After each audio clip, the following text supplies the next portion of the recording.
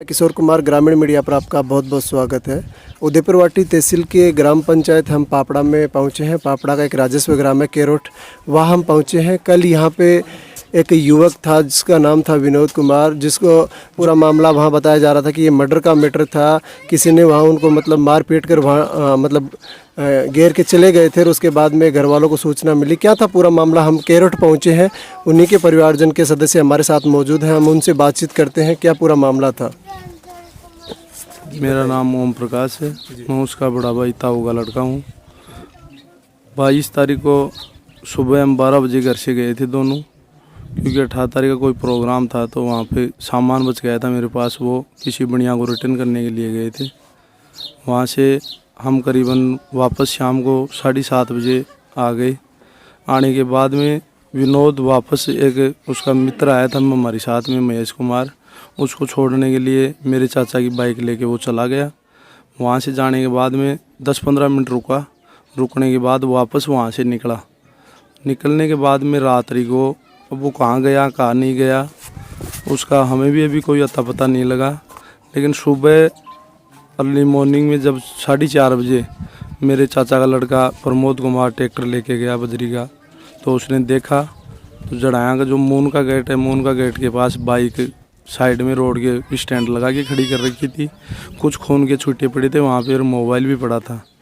फिर प्रमोद ने फ़ोन करके इधर उधर आपके भाई को सबको सूचना की, तो पता चला कि भाई विनोद वहाँ है नहीं और बाइक और मोबाइल पड़े हैं।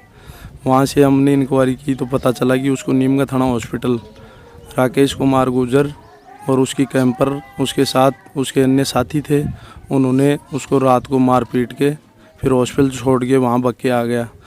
हॉस्पिटल की इंक्वायरी से पता चला कि डॉक्टर सुभाष जी सैनी बता रहे थे कि यहाँ पे विनोद ने अपना नाम बताया है, एड्रेस बताया है, और राकेश को फिर उसने टोका भी कि भाई आप जा कहाँ रहे हो, तो उसने बोला मेरे को तो ये बिनानी चौराहे पे मिला है और कोई रोड एक्सीडेंट करके चला गया, तो मैं तो छोड़ के जा रहा हूँ, कहीं मैं फंस जाऊँगा।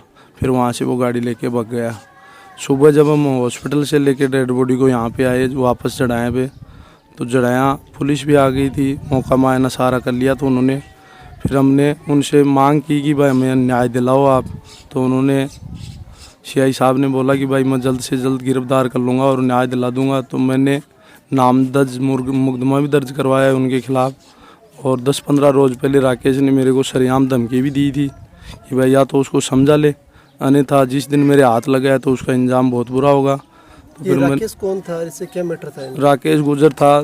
कुछ साल 2 साल पहले कोई प्रेम प्रसंग का मैटर था दोनों का। अब ये विनोद का और एक लड़की थी उनके गांव की। अब मुझे तो ये भी समझ में नहीं आ रहा कि हो सकता है राकेश भी उसके साथ में होगा, इसीलिए वो बार बार टॉर्चर कर रहा था उसको, या फिर रात को किसी को टॉर्चर करके उसको कहीं बुलाया गया है, बुलाने के बाद में मारपीट की है उसके साथ में। सुबह पता चला तो मर्द अवस्था में मिला। वो मेरा राकेश की है। इसमें रंजिश किस मामले को लेकर थी? रंजिश तो कोई लड़की का मैटर था उन दोनों के बीच में। फिर वो जेल भी चला गया था। जेल जाने के बाद में उसकी जमानत भी करवा के लेके आ गए थे हम। उसके बाद में उसके मामा का लड़का था, उसकी दुकान पे रहता था, वो सेल्समैन या काम करता था। सेल्समैन या काम से फिर मनोज को भी पता चला और मेरे को भी पता चला, तो हम दोनों ने उनको साइड में हटा दिया और वहाँ दरीबा दुकान पे छोड़ दिया उसको। फिर वो उसकी लोकेशन लगने में पीछे लग गया था।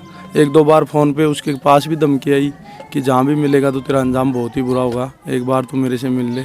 फिर मैंने उनको समझा दिया विनोद को कि भाई तुम मत कहीं भी मत निकलना, जो भी करेगा हम देख लेंगे। लेकिन हमें तो पता ही नहीं चला क्या हुआ और क्या नहीं हुआ। सुबह डेड बॉडी मिली हमें तो।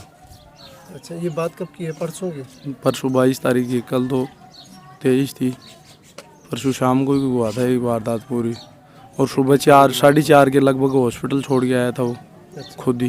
21 तारीख की रात को निकला था वो यहाँ से।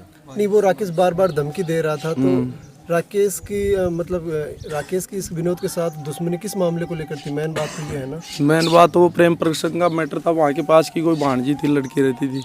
किसकी भांजी थी वो? वो उधर वो गुजरों के थे सारे। अच्छा अच्छा। तो वो उसका पड़ोसी तो है नहीं लड़की का, तो मामा मुमाकार उनका तो कोई मैन जो मुखिया थे उनका तो कोई रोल था नहीं। और मैन मुखिया वो बाबूलाल शर्मा बंशी जी वही बन रहे थे सारे। अच्छा। तो फिर उसको जेल भिजवा दिया। अच्छा। जेल भिजवाने के बाद में हमने जमानत भी करवा ली उसकी। अच्छा अच्छा। फिर राकेश ही बार बार टॉर्चर कर रहा था उसको। अच्छा, ये राकेश बार बार विनोद को टॉर्चर कर रहा था कि उसको समझा ले, वो कर ले। मैंने कहा कौन सी गलती कर रहा है वो? बोले वो तो वक्त आएगा तब बताऊंगा। अच्छा, तो मेन बात करें तो ये मेन मतलब प्रेम प्रसंग का भी मामला हो हाँ, सकता प्रेम प्रसंग का मामला भी हो सकता है दोनों का। है। अच्छा भाई बार बार टॉर्चर तो वही करेगा जिसकी कोई चुभन होगी, नहीं तो और कोई परिवार के नहीं कर रहे थे वहाँ पे। जी जी उसकी कौन सी ऐसी जलन थी, जी जाति दुश्मनी कोई दोनों की थी नहीं, वो तो अपना रंजिश वैसे ही निकालना चाह रहा था उससे।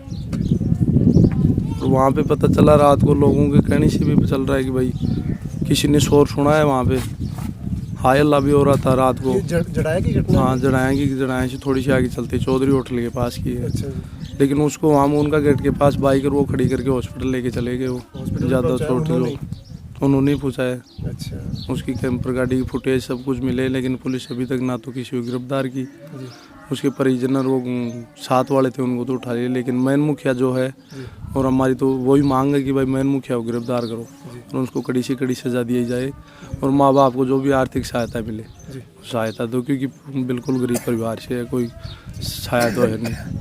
तो हमारा तो ये निवेदन है आपसे। तो ये जो विनोद है उनके भाई हैं, मतलब चचेरे भाई हैं, इन्होंने पूरे जो मामला था वो बताया था कि प्रेम प्रसंग का कोई मामला था।